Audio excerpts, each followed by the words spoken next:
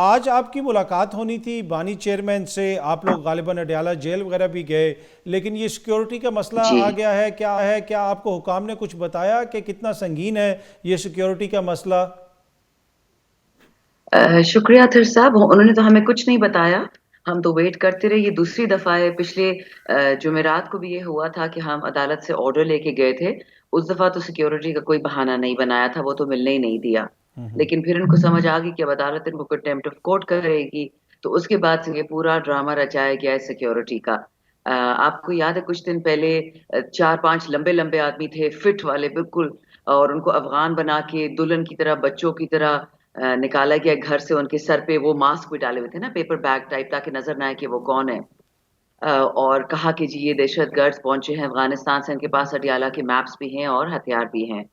مزے کی بات یہ ہے کہ کل جب ہمارا جو جلسہ ہمارا ہوا ہے پشاور میں، اس طرح سارے پاکستان میں پروٹیسٹ ہوئی ہیں ریگنگ کے خلاف، چوری کے خلاف، اور ہمارا بندے نے تو اگر غلطی سے پی ٹی آئی کی ٹوپی بھی پہنی ہو یا کسی نے جھنڈا ہاتھ میں پکڑا تو ان کو مار مار کے جیلوں میں لے گئے.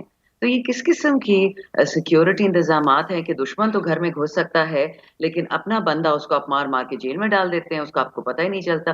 مجھے تو لگ رہا ہے کہ یہ لوگ صرف اپنا زور دکھا رہے ہیں. جو نئے فارم 47 والے لوگ ہیں، جو ریجیکٹڈ لوگ ہیں، وہ اپنا زور دکھا رہے ہیں اس میں تو شاندانہ صاحبہ حکومت پنجاب کا نوٹیفیکیشن وغیرہ، حکومت پنجاب کا یہ کہنا ہے کہ وہاں پہ کچھ سیکیورٹی کے مسائل ہیں. وفاق نے تو کوئی نوٹیفیکیشن وغیرہ نہیں کیا. دیکھیے جی، آپ کی حکومت پنجاب میں ہی مجھے بھی ایف آئی اے کا ایک نوٹس آیا ہے کہ آپ اداروں کی توہین کری اور آپ نے لاہور آنا ہے، پتہ نہیں کس ادارے کی توہین کی ہے. اگر کوئی انسان اپنے آپ کو اس غلط فہمی میں ادارہ کہنے لگے تو نہایت ہی معذرت کے ساتھ وہ ملک تو پھر نہیں بچے آپ گا کا تو قطعی. نوٹس اس حوالے سے نا، وہ جو غالباً مریم بی بی کی کوئی مبینہ آڈیو کا آپ نے ذکر کیا، اس کے حوالے سے غالباً شاید وہ نوٹس. بات وہ نہیں جی، وہ کیا کہتے ہیں، پاکستان عمران خان بہانہ اور پاکستان نشانہ. یہ لوگ جی، یہ سارے جو اس وقت چور ریجیکٹڈ آئے ہیں، یہ ایک خاص ایجنڈا کے ساتھ آئے، یہ ویسے نہیں آئے. یہ جو میں نے اس دن کافی دفعہ ورڈ استعمال کیا، میں نے انجوائے کیا. مینگل صاحب نے اس دن کیئر ٹیکر گورنمنٹ کو انڈر ٹیکر گورنمنٹ بولا. تو انڈر ٹیکر بھی جب آئے تھے، ان کی انٹرویوز میں سنتی تھی. میرے پاس انٹرنیٹ اتنا نہیں ہوتا تھا ان دنوں میں، لیکن ان کی باتیں میں سنتی تھی. اور یہ جس قسم کی باتیں کرتے تھے، قائد اعظم کی تردید کرتے تھے، قائد اعظم کے سوچ کی تردید کرتے تھے. تو آپ خود سوچ لیں کہ جب وہ لوگ آئے ہیں حکومت میں جو قائد اعظم کو کچھ نہیں سمجھتے، تو وہ پاکستان کو کیا سمجھتے ہوں گے. اچھا، اس میں آپ نے ذکر کیا کیئر ٹیکرز کا. محسن نقوی صاحب آگے ہیں وفاق میں، اور اسد کیسر صاحب نے ایک ٹی وی پروگرام میں کہا تھا کہ محسن نقوی کو اگر آپ لگاتے ہیں یا لے کے آتے ہیں وفاق میں تو وہ کلیئر انڈیکیشن ہوگی کہ آپ کوئی صلح نہیں چاہتے، آپ ہمارے خلاف کریک ڈاؤن کرنا چاہتے ہیں. تو بھائی اس میں محسن نقوی صاحب کا تو قصور نہیں ہے، وہ تو شہباز شریف صاحب کی حکومت ہے. کوئی بھی وزیر داخلہ ہوگا تو اس نے تو کرنا ہے اگر حکومت کہے گی. تو کیا ذاتی کوئی ایشو ہے آپ لوگوں کو محسن نقوی صاحب سے؟ میں تو نقوی صاحب کو نہیں جانتی، لیکن اتنا مجھے پتا ہے کہ ان لوگوں نے اسمبلی میں 3.5 سال چیخ کے تھک جاتے تھے کہ آپ لوگ ایڈوائزرز اور ایس اے پی ایم کیوں رکھتے ہیں، آپ کے پاس اتنے سارے الیکٹڈ لوگ ہیں. ہمیں تو یہ سلیکٹڈ بولتے تھے اور ان کو تو عوام نے ریجیکٹ کر دیا. تو ان ریجیکٹڈ لوگوں سے یہ جو چہرے بھر گئے ہیں اسمبلی میں، ان ریجیکٹڈ میں سے ان کو کوئی انٹیریئر منسٹر نہیں مل سکتا تھا. ایک ایس اے پی ایم کو آپ نے لگا دیا جو بندہ نہ ایم این اے ہے نہ وہ سینیٹر ہے. تو what are they trying to prove? ہمیں ان سے کوئی ذاتی مسئلہ نہیں. دوسری بات، آپ نے صلح کی بات کی، یہ میری یاد رکھیے گا بات. اطہر صاحب، آپ نے تو دنیا بھی مجھ سے زیادہ دیکھی ہے، زندگی بھی بہت دیکھی ہے، آپ جرنلسٹ ہیں، آپ کا ہر قسم کے لوگوں سے واسطہ پڑتا ہے.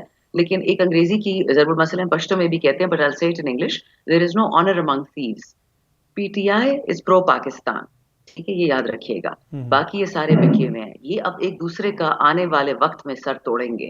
پوزیشنز تو بانٹنی ہے مٹھائی کی طرح کہ تم یہ لے لو، تم یہ لے لو. بٹ ریجیکٹڈ لوگ جو پاکستان نے ریجیکٹ کیے ہیں، وہ اس ملک کو نہیں چلا سکتے. وہ 3 مہینے بھی نہیں چلا پائیں گے، 6 مہینے بھی نہیں چلا پائیں گے.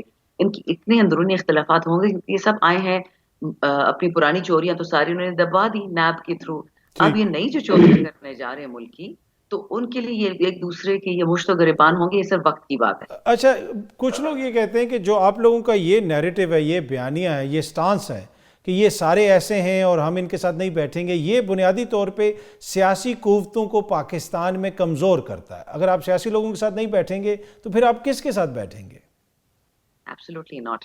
آپ مجھے یہ بتائیں، میں نے اس دن یہی اگزامپل دیا تھا کیونکہ عید بھی آ رہی ہے. رانا مبشر صاحب کے شو پہ کہ آپ کو قرآن میں حکم ہے چلے سیاست کو چھوڑ دیں اپنے دین پہ اسٹریٹ چلے جاتے ہیں بھی رمضان کا مہینہ. ہمیں حکم ہے کہ آپ زکوٰۃ دیں, لیکن پھر میں زکوٰۃ ایسے دوں کہ میں جا کے پاکستانی کے عوام کے پیسوں پہ ڈاکہ ڈالوں اور پھر میں اسے زکوٰۃ دوں. تو کیا وہ زکوٰۃ اللہ قبول کرے گا؟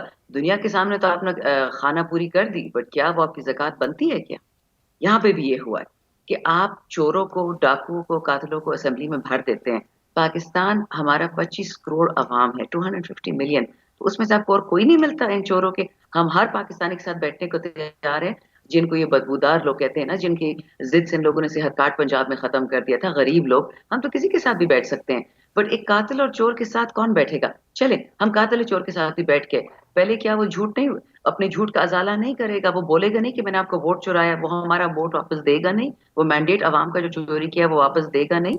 دیکھیں ایسے نہیں ہو سکتا کہ ہمارے سر پہ شاندانہ یہ جو آپ لوگوں کے مخالفین کے حوالے سے جو بیانیہ, اوبیسلی آپ کی جماعت کا بھی ایک ریسنٹ ہسٹری میں اٹس بین تھرو الاٹ, آپ کہہ سکتے ہیں آپ کی قیادت کے اوپر بھی مقدمات وغیرہ ہوئے, تو اس میں لگتا ایسے ہے کہ آپ لوگوں کے بیانیے میں شدت آتی جا رہی ہے جس سے کوئی فائدہ نہیں ہوگا, الٹا نقصان ہوگا. خیبر پختونخوا کی بات کریں تو وہاں پہ بھی خان صاحب نے ایک ایسی شخصیت کو نامزد کیا کہ جو آپ کی جماعت اور عوام میں تو ہو سکتا ہے بہت پاپولر ہوں, لیکن سیاسی مخالفین کو ان کے اوپر اعتراضات ہیں. تو آپ کو لگتا ہے کہ آپ لوگ تھوڑے سے ریجڈ ہو رہے ہیں؟ دیکھیے وہ ہمارے سیاسی مخالفین نہیں ہیں, یہ چور اور ڈاکو, یہ فارم 47 والے, یہ پاکستان کے مخالفین ہیں, عمران خان کے مخالفین یہ نہیں ہے, میرے مخالفین یہ نہیں ہے. دیکھیے جب ان لوگوں نے لوگوں کو بھیڑ بکریوں کی طرح خریدنا شروع کیا ووٹ آف نو کانفیڈنس سے پہلے, 25 ہمارے ایم پی اے خریدے, تقریباً 25 ایم این اے خریدے, سینیٹرز کو خریدا, بہت کچھ کیا ان لوگوں نے. ہمارے پاس اس وقت وفاق کا بھی پورا بجٹ تھا, ہمارے پاس 2 صوبوں کا بھی بجٹ تھا, اور اے جے کے اور جی بی کا بھی تھا. آپ کا کیا خیال ہے ہم چھانگا مانگا نہیں کھیل سکتے تھے بی بی شہید کی طرح کہ اپنے لوگوں کو واپس خرید کے لے آتے؟ لیکن یہ بات پھر کہاں جا کے رکتی؟ پاکستان اس وقت ناقابل برداشت ہو چکا ہے. آپ کا جو متوسط طبقہ ہے اور آپ کا جو غریب طبقہ ہے, صرف وہ جو 5% ہیں جو پاکستان کے سارے ریسورسز کھا رہے ہیں, وہ پاکستان کو ہڑپ کر جائیں گے. ان میں سے یہ لوگ بھی ہیں. میں یہ نہیں کہتی کہ ہم کسی پارٹی کے ساتھ نہیں بیٹھ سکتے, آپ دیکھ لیجیے گا, اور کسی کا نہیں, ڈاکٹر نثار چیمہ نون لیگ کے ایم این اے رہ چکے ہیں, بہت ہی نفیس انسان تھے, پنجاب گورنمنٹ میں بھی رہ چکے ہیں, ایم پی اے بھی رہ چکے ہیں. انہوں نے کھلی واضح سٹیٹمنٹ دے دی ہے کہ مجھے آفر ہوئی کہ ہارنے کے باوجود اگر آپ چاہتے ہیں تو آپ کی این اے کی سیٹ آپ کو دے دی جائے گی. اسی طرح جماعت اسلامی نے, کتنے ایم این ایز, کتنے ایم پی ایز نے یہ بیان دیا ہے کہ ہمیں باقاعدہ بولا گیا کہ یہ سیٹ ہاری بھی لے لو, اور ہم نے منع کر دیا. یہ وہ اصلی لوگ ہیں پاکستانی پولیٹیشنز, چاہے نون کے ہو, چاہے پیپل کے ہو, چاہے جماعت اسلامی کی ہو, کہ وہ حق کی راست پہ کھڑے, ان کے ساتھ ہم بیٹھیں گے. لیکن چوروں کے ساتھ اور یہ جو موروثی کرپٹ ڈینسٹیز ہیں, ان کے ساتھ کوئی کیا بات کرے گا؟ آپ مجھے بتائیں نا. اچھا, اس میں اب آپ کہہ رہے ہیں کہ ہم ان کے ساتھ بیٹھیں گے, بات کریں گے جو ان میں بہتر لوگ ہیں. اب جے یو آئی ایف کے ساتھ ہم نے دیکھا کہ آپ لوگوں کا سیاسی رابطہ بھی ہوا, اور ایک تاثر یہ ہے کہ اگر جے یو آئی ایف بھی آپ کے ساتھ سٹریٹس پہ آ جاتی ہے تو آپ کے, اگر کوئی آپ تحریک چلاتے ہیں تو اس کو ایک طرح سے تقویت ملے گی. تو کوئی ایسی پاسبلٹی ہے کہ یہ ان انتخابات کے حوالے سے جو مولانا کا آلموسٹ تقریباً اسی قسم کا ان کا نیریٹو ہے جو آپ لوگ کا نیریٹو ہے, تو کوئی ہو سکتا ہے ایسا احتجاجی اتحاد؟ دیکھیں فضل الرحمان صاحب کا جو اس وقت نیریٹو ہے وہ تو پی ٹی آئی سے میلوں دور ہے. ان کا صرف ایک احتجاج کا پوائنٹ آف ویو ہے, اور وہ یہ صرف یہ ہے کہ جو وعدے ان سے کیے گئے تھے وہ پورے نہیں کیے, ان کو نظر انداز کر دیا گیا, ان کی پارٹی کو بھی اور ان کے اپنے کارکن بھی. میں آپ کو اپنے حلقے سے بتا سکتی ہوں, میرا کے پی کا علاقہ ہے, ہم صاف بات کرتے ہیں, ہم جلیبی کی طرح گول گول بات نہیں کرتے. میرے علاقے میں مجھے ایف کا سب سے زیادہ ووٹ پڑا ہے, مجھے نون کا پڑا ہے, مجھے پیپل اور نون تو ہے ہی نہیں کے پی میں, اے این پی ہے اور ایف ہے پی ٹی آئی کے علاوہ. سب سے زیادہ ووٹ ان کا مجھے پڑا ہے کیونکہ وہ لوگ ناراض تھے ان سے, انہوں نے اپنا بدلہ لے لیا.